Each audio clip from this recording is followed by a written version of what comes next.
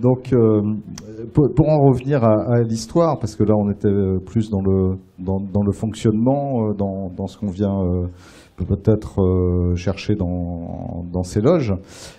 Du point de vue de l'histoire, je reviens quand même à cette idée de l'influence peut-être historique quand même. On sait qu'en France, au moment de la Troisième République, il y avait quand même énormément de francs-maçons dans les gouvernements. Est-ce qu'il n'y a pas là eu, à ce moment-là en tout cas, une importance politique de la franc-maçonnerie? Alors, d'un point de vue historique. On va prendre un exemple hors de France, avant de répondre à ta question, Pierre. Au Chili, Allende, Pinochet sont maçons tous les deux. Donc s'il y avait un déterminisme entre le système de pensée, les positions politiques et la maçonnerie, ça se serait vu, là. Je vous répète, Allende, Pinochet, tous les deux membres de la franc-maçonnerie chilienne. Tous les deux. Revenons à la question pour la France. Les maçons n'étaient pas très riches au milieu du 19e siècle. Et puis il y a le prince Murat, qui a une superbe résidence rue Cadet à Paris. Et il vient voir le Grand Orient de France, il lui dit, écoutez, moi, j'ai plus l'usage de cette belle maison-là. Si vous me faites grand maître, pas adjoint, si vous me faites grand maître, moi je vous laisse mon domaine. Et il est devenu grand maître. Le prince Murat est devenu grand maître. Napoléon, qui se demande s'il va garder la maçonnerie. Puis finalement, il école son frère. Et son frère devient grand maître de la maçonnerie. Les francs-maçons ne trouvent rien à redire. En Angleterre, c'est systématiquement un membre de la famille royale qui est grand maître de la Grande Loge d'Angleterre. En France, c'est un peu plus compliqué, c'est vrai. Et la maçonnerie va avoir de l'importance à cause d'une toujours la même raison. C'est que depuis 1789, et ça se verra après, il y a en France une opposition violente de l'Église à la pensée de la modernité telle qu'elle s'est traduite dans la politique française. Il y a la réaction qui s'enclenche, et donc toute personne qui prend parti pour les idées révolutionnaires est anticatholique. Alors, les francs-maçons majoritairement vont être dans cette sensibilité, et ça va exploser après la Troisième République. Je vous rappelle que l'Église reste encore une fois très opposée, une condamnation qui vient toujours pas d'être levée, c'est la liberté de conscience. Si vous êtes attaché au dogme catholique, vous ne devez pas avoir de liberté de conscience. Qu'est-ce que c'est que cette prétention d'imaginer que vous pouvez penser par vous-même relativement à un dogme? Donc, ce n'est pas du tout le cas des protestants. Donc, en France, ce qui va déboucher sur la loi de 1905, et cette fameuse idée de laïcité, c'est vrai qu'elle est articulée largement par les maçons, mais pas que. La loi de 1905 est pilotée par Combes, membre de la franc-maçonnerie locale, mais ce n'est pas sa loi qui va passer. Hein. Elle va être largement amendée, on ne va pas rentrer là-dedans. Donc il y a eu un moment où la maçonnerie est importante autour des places politiques, présidence du Conseil et ministre. Mon explication, il n'y a pas de parti politique à l'époque. Les endroits où on peut se former, se préparer à l'exercice du pouvoir n'existent pas. Quand les partis politiques vont apparaître, le socialisme, etc., après 1918, la franc-maçonnerie ne va plus avoir l'importance qu'elle a eue à un instant T. En gros, les grandes lois de 1880, Jules Ferry, etc., qui sont des maçons. Donc il y a un vrai projet politique qui a été pensé, encore une fois, en opposition.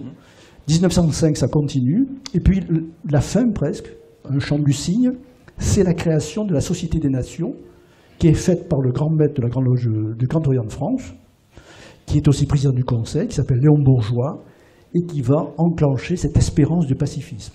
Et à ce propos, d'ailleurs, on peut commenter ça.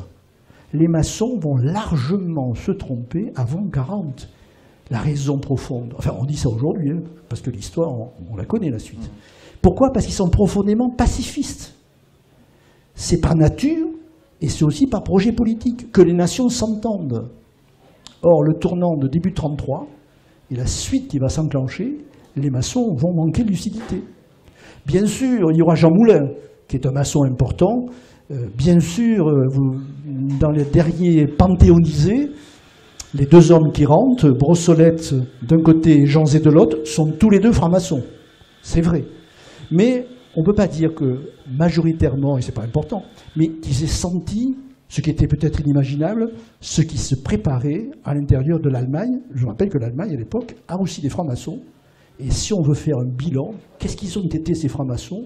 Eh bien, en gros, un tiers ont été fascinés par les symboles venus de l'Inde profonde, manipulés par les nazis avec intelligence, un tiers. Et 2 tiers sont basculés dans la résistance. Il n'y a pas de déterminisme. Et en Allemagne, aujourd'hui, la franc-maçonnerie remonte lentement, tellement elle a été explosée par cette période terrible que l'Allemagne va subir de 1933 à 1945. Je ne sais pas si j'ai répondu à ta question, mais le déterminisme, non. Évidemment, nous sommes dans une époque où ces souvenirs restent présents. Donc c'est vrai que dans l'affichage, tous les francs-maçons ne s'affichent pas, mais dans l'affichage, on a encore beaucoup de réserves par rapport à tout mouvement extrémiste. C'est vrai qu'il y a une présence, voire une opposition, et nous sommes en plein dedans, quoi. Et c'est vrai que le Grand Orient de France s'est manifesté. D'ailleurs, nous avons eu beaucoup de chance. Moi, j'étais à l'époque grand maître adjoint. Devant la rue Cadet, nous avons des manifestations, des mouvements anti-mariage gay. On pensait que c'était le Grand Orient qui avait écrit le texte. Bon. C'est pas grave, c'est pas très important. Mais c'est pour dire ça. On revient à la théorie du grand complot. Ah ben alors ça, moi j'ai un âge canonique qui fait que je ne fréquente pas Facebook régulièrement, que je ne suis pas sur Internet autrement que pour aller sur le site Gallica. Voilà, donc je dois ignorer un peu tout ce qui se passe, mais c'est vrai que j'imagine que ça s'y prête bien, quoi. Ça s'y prête bien, la théorie du complot, mais il me semble que la dette que les maçons ont payée est vraiment... On ne peut pas la mettre en avant quand on sait, par exemple, entre 1940 et 1944, la dette payée par l'autre étoile, qui était l'étoile juive, l'étoile homosexuelle, etc., l'étoile Rome. Donc notre dette, je pense que la franc-maçonnerie a dû avoir 590 victimes à peu près identifiées entre 1940 et 1944. Voilà. Donc notre dette n'a pas été importante. Et c'est vrai qu'aussi, il y a des endroits pas loin. Nous avons des loges du Grand Orient en Espagne, où ils sont juste en train de revenir. Et pour eux, être présent, visible dans la société, c'est encore un vrai souci. Alors que, pour ceux qui connaissent un peu Madrid, quand vous sortez de la gare de Madrid, à Atocha, il y a un superbe immeuble qui fut le ministère de l'Agriculture, c'est écrit dessus. C'est un immeuble totalement maçonnique. Vous avez des cariatides avec le compas, l'équerre. En 1906, la République, les idées progressistes venaient de la maçonnerie. Un autre petit fait, en Amérique du Sud, où il y a eu ça change, mais où il y a eu des wagons de dictateurs, eh bien la maçonnerie n'a jamais été poursuivie en raison du fait que Simon Bolivar, on va s'en tenir qu'à lui, ont tous été, pratiquement tous les libérateurs en Amérique du Sud sont francs-maçons. Ça a marqué la société et donc les systèmes totalitaires ne s'y attaquent pas. Mais petit fait, pratiquement à l'exception de la Turquie, à l'exception du Maroc, à l'exception de la Tunisie, la franc-maçonnerie n'est pas soluble dans l'islam, tel qu'il est pratiqué ou utilisé. Nous avons des frères, bien sûr, musulmans, mais la compatibilité politique avec la liberté de conscience, ça ne marche pas très bien. Et dans le système communiste, pareil. Dans aucun pays communiste, la franc-maçonnerie n'a pu survivre. Elle est juste en train de renaître de l'autre côté de ce que fut le rideau de fer. Il n'y a pas de compatibilité possible avec un système de pensée totalitaire et ces endroits où ils pratiquent en plus le secret. Alors le secret, quel secret maçonnique? Oui. Question que tu as posée. Pourquoi? Quel secret et pourquoi? Il y a 3. Nous, le chiffre, on adore le 3. Alors il faut que je me retombe sur mes pattes en lisant 3, même si ce n'est pas vrai, je vais essayer avec 3. Premier secret qui existe en maçonnerie, c'est le secret de l'appartenance. Je peux dire que j'appartiens, je ne peux pas dire celui-ci, il est membre de la maçonnerie, même si je le sais. On ne dévoile jamais l'appartenance d'un autre à la maçonnerie. C'est le premier secret. Vous pouvez le dire, vous, si vous pensez que ça fait chic, si vous pensez que ça vous place, mais si vous sentez que ça n'est pas très bien, vous ne faites pas. Enfin bref, donc c'est votre opportunité, mais pas les autres. Premier secret, l'appartenance. Deuxième secret, le secret des travaux en loge. Ce qui se dit dans une loge ne doit pas sortir de la loge. C'est pour ça que moi je suis toujours présent, de peur qu'ils disent du mal de moi quand j'y suis pas, parce que je ne pourrais pas l'apprendre. Et donc on est obligé d'être plutôt présent, parce que sinon, quand vous n'êtes pas là, il est blatère sur votre compte. Mais on peut dire ce qu'on veut en loge, ça ne doit pas sortir de la loge. Et le troisième secret qui est en maçonnerie, c'est le secret sur nos pratiques. Alors vous avez des trucs qui ne sont pas sains, tout ça. Et non. Le vrai plaisir, le secret ne consiste pas à dire ne pas dévoiler, parce que si vous allez... Alors, ce n'est pas le cas ce soir, je pense que les bouquins ne dévoilent pas grand-chose, ceux qui sont là, mais si vous voulez tout savoir sur les pratiques, quel que soit le degré, le grade maçonnique, vous allez chez Moulin, il y a tout a été écrit. Mais nous, symboliquement, si je puis dire, d'une façon formelle, on se l'impose pour laisser le plaisir à celui qui va subir et entrer à la maçonnerie, le plaisir de vivre et de découvrir celui-là. Moi, j'ai fait une comparaison avec un journaliste de Sud-Ouest qui me dit « Ah ouais, mais on peut tout lire, etc. » Je dis « Mais oui, mais vous passez toutes vos soirées devant un film porno, tous les soirs, mais si vous n'avez jamais eu le rapport sexuel avec une femme que vous aimez, vous ne savez toujours pas ce que c'est l'amour. » La maçonnerie, c'est un peu pareil. Il vaut mieux rentrer pour savoir. C'est pas pour recruter. Hein. Alors, à propos d'amour, on a parlé il y a quelques années, je pense, il n'y a pas très longtemps, de l'arrivée de la mixité au Grand Orient de France, qui a apparemment été très simple. Donc, quel rapport entretient la franc-maçonnerie avec la mixité? Alors là, c'est une question extrêmement simple. Ça saurait. C'est une voie, la maçonnerie au départ ne l'est pas. Mozart, quand il rentre dans sa loge, il est reçu. Mais depuis, on a beaucoup bougé, on pratique ce qu'on appelle l'initiation. Si vous connaissez dans le monde occidental, à part chez les compagnons du devoir, un endroit où on pratique ce qu'on appelle une initiation, vous me dites. On est un conservatoire de machin, présent dans toutes les sociétés de la Terre, qui ne pensent pas comme nous, avec cet esprit scientifique si démobilisateur pour la poésie, etc. Bon, parce que nous sommes dans un monde devenu sec. Max Weber disait que nous vivons dans un monde désenchanté. Et quand un film sort avec des cyborgs partout, on se précipite pour retrouver l'enchantement. Bref, nous sommes à l'endroit où on a peut-être conservé cette voie analogique, cette notion d'enchantement. Et l'initiation est une pratique qui implique le corps. Et donc, le jour, comment dire, il y a beaucoup de gens qui, dans le monde du rugby, sont francs-maçons. Alors, je ne sais pas si c'est un rapport, mais c'est vrai que si vous avez joué au rugby, se crée une complicité avec celui qui a été partenaire du club, même si vous n'avez pas joué à un très haut niveau, c'est pas grave. Et alors, je ne sais pas si tu le sais, mais c'est pas parce que vous avez joué au rugby que vous êtes au top du top des rugbymen. Il faut avoir appartenu à la première ligne. Parce que la première ligne, c'est une confrérie dans le système rugbystique qui n'est pas comme les autres. Eh bien, en maçonnerie, on est archaïque. Longtemps, on a conservé cette notion de entre-soi de genre. C'est chic comme expression. Hein. C'est Françoise Nourricier qui l'utilise au Collège de France.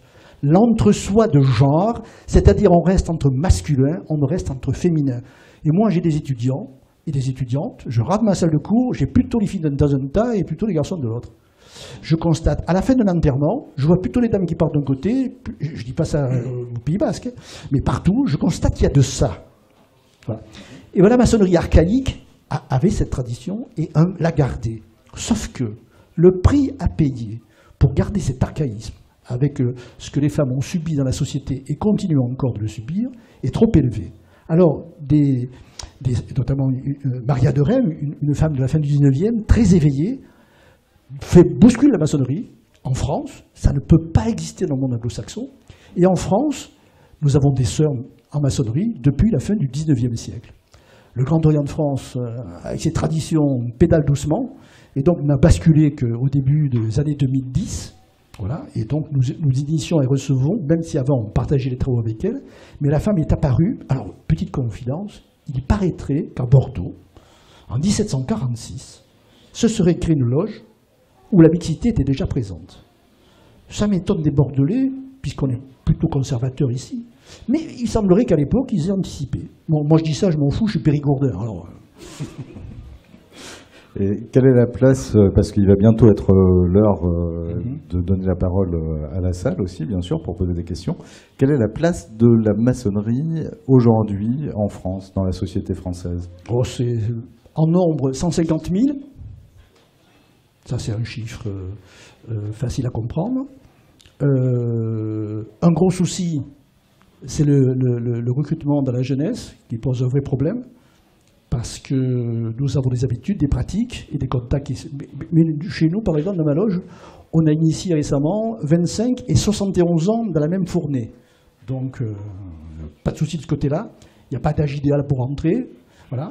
Ce qu'il faut que vous sachiez aussi, peut-être comme chiffre, c'est qu'un franc-maçon sur 5 s'en va au bout de 5 ans. C'est un peu compliqué pour rentrer. On formalise un peu l'entrée, mais alors pour sortir, c'est une simplicité évidente. Vous venez plus, vous venez plus. Voilà. Ce qu'il y a de sûr, c'est voilà, c'est ça. Donc il y a aussi des passages et des gens qui disent mais ça ne me parle pas, je n'y trouve rien dans cette institution. Voilà. Surtout que vous le savez, la parole est importante, on le disait tout à l'heure, et c'est vrai que celui qui arrive, et c'est compliqué parfois, se taira pendant 2-3 ans, il aura l'interdiction de s'exprimer, il va commencer par se taire. Si vous êtes parfait pour entrer à la maçonnerie ce soir, ça va très bien. Vous avez fait la première étape. Et quelle est la place de la franc-maçonnerie à Bordeaux? À Bordeaux, on ne les a pas dénombrés. Moi, je dirais au pif environ 3000. Voilà. Le recrutement social, c'est peut-être intéressant. Si on prend les tranches, les catégories socio-professionnelles, pas le haut, pas le bas. Pas le bas parce que c'est un problème il y a un problème de fric. C'est vrai qu'il y a une cotisation, on ne vit que de nous-mêmes, donc il y a une cotisation à payer tous les ans, ça peut être un frein important, je ne sais pas. En tout cas, ce n'est pas une tradition, sauf cas particulier. Et par le haut, pourquoi pas le haut? Pourquoi ça a disparu? Parce que la franc-maçonnerie n'est plus un tremplin de réussite sociale, donc ceux qui naviguent pour réussir, il vaut mieux être ancien élève des arts et métiers, je dis ça pour certains qui connaîtraient, il vaut mieux être ancien élève des arts et métiers de cette fraternité confrérie, plutôt que franc-maçon pour réussir dans la carrière. Est-ce que la franc-maçonnerie a un message social aujourd'hui? Est-ce qu'on lui demande des éclairages sur certains débats, sur au niveau national ou au niveau local? Moi, simple, je vais illustrer pas pire parce que j'ai vécu à Bordeaux. Nous avons une fondation qui est le statut de toutes les fondations, et on est sollicité à Bordeaux. Notre loge, par exemple, juste après la guerre de 1870, à la Commune de Paris, les maçons sont très présents. Là, on commence à bouger politiquement. Mais on s'adressait à notre loge pour créer une école mixte, pour qu'une école sans la présence de référence à Dieu, c'est notre loge qui, pendant 12 ans, a porté ça. Quand la mairie, il y a des gens qui sont nécessiteux, elle les envoie à la loge pour des actions sociales. Donc il y avait une présence sociale importante qui, bien sûr, s'est effacée. Donc je vais simplement vous donner 2 exemples de ce que nous avons subventionné. Ça te donnera peut-être une petite idée de à quoi on sert. Nous aidons une action importante menée par le rectorat et la mairie de Bordeaux auprès des Roms et des allophones. Les allophones, c'est ceux qui ne maîtrisent pas le français naturellement. Parce qu'à l'école primaire, ça va, les parents les poussent, mais dès que le collège arrive, les parents les sortiraient. Et il faut en plus un cursus particulier pour renforcer l'éducation nationale là-dessus. Donc on fait partie, entre guillemets, des sponsors, financeurs qui appuient cette action pour la 3e année cette fois. Deuxième exemple, l'année dernière, l'université Bordeaux 3 lance la Nuit des idées. Immense brainstorming de 19h à 7h du matin autour de la philosophie. La Fondation des Grandes Régions de France est présente. Dans les idées, dans la parole, mais aussi dans la présence auprès des plus humbles. Merci beaucoup pour tous ces éclairages déjà. Il nous reste une petite demi-heure, mais donc je pense que ça va laisser la possibilité de poser pas mal de questions. Voilà.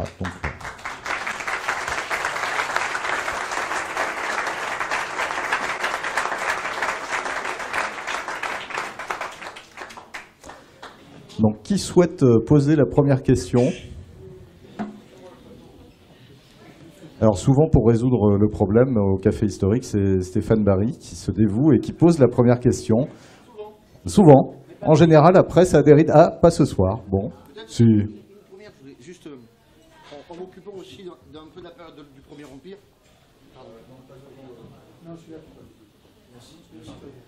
Oui, juste une petite chose.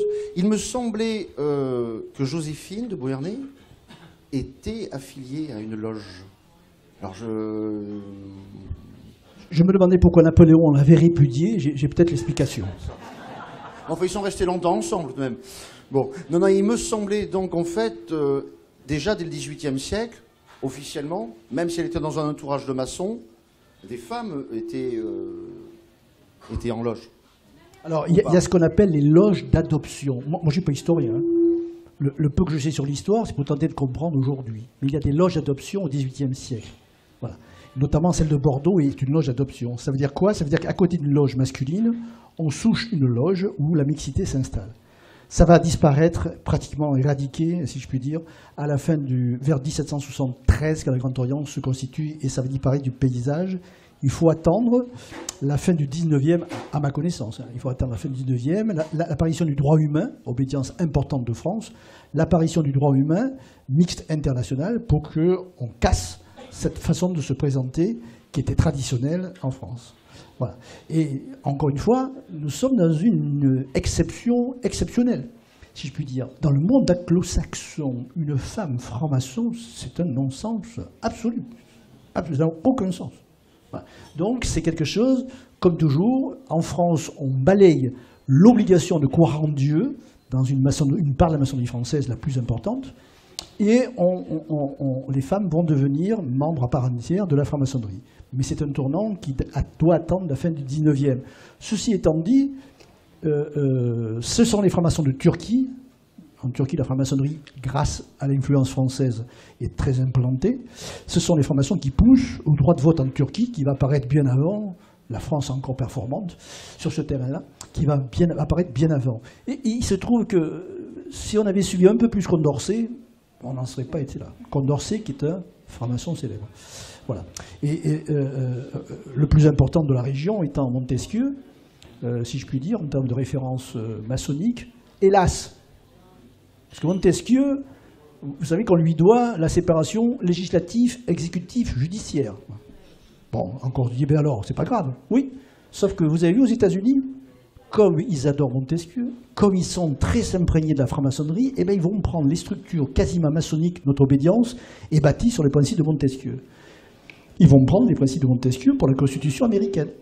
Or, vous savez qu'aux États-Unis, quand le président et les chambres ne s'entendent pas, tout s'arrête.